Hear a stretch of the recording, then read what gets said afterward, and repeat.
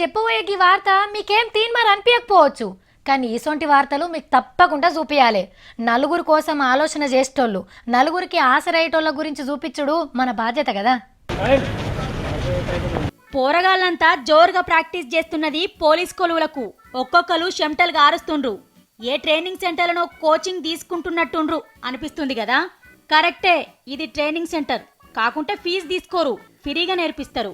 గీ అన్ననే దీన్ని నడిపిస్తున్నది. పేరు వసీం అక్రమ్, కరీంనగర్లా కానిస్టేబుల్.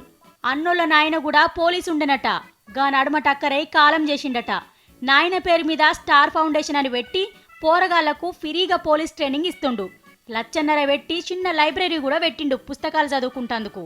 ఈడ ట్రైనింగ్ అయినోళ్ళు 120 మంది మొన్న జరిగిన పోలీస్ పరీక్షలు రాసిండ్రట. అందులో ఎక్కువ మంది సెలెక్ట్ అయ్యే ఛాన్స్ ఉన్నదట. బయటనైతే 1000 ఫీజులు గుంజి ట్రైనింగ్ ఇస్తారు, ఓయిలకు వేరే తీసుకుంటారు.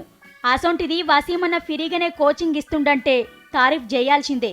ఈ అన్న కానిస్టేబుల్ కొలువు చేసుకుంటేనే ఇంతమందికి ట్రైనింగ్ ఇస్తుండంటే నషీబ్ మంచిగుండి ఎస్ఐ అయ్యనా అంటే ఇంకెంతమందికి ట్రైనింగ్ ఇస్తాడో. నువ్వు గిరేట్ అన్నా. 14 15 ఓకే డౌన్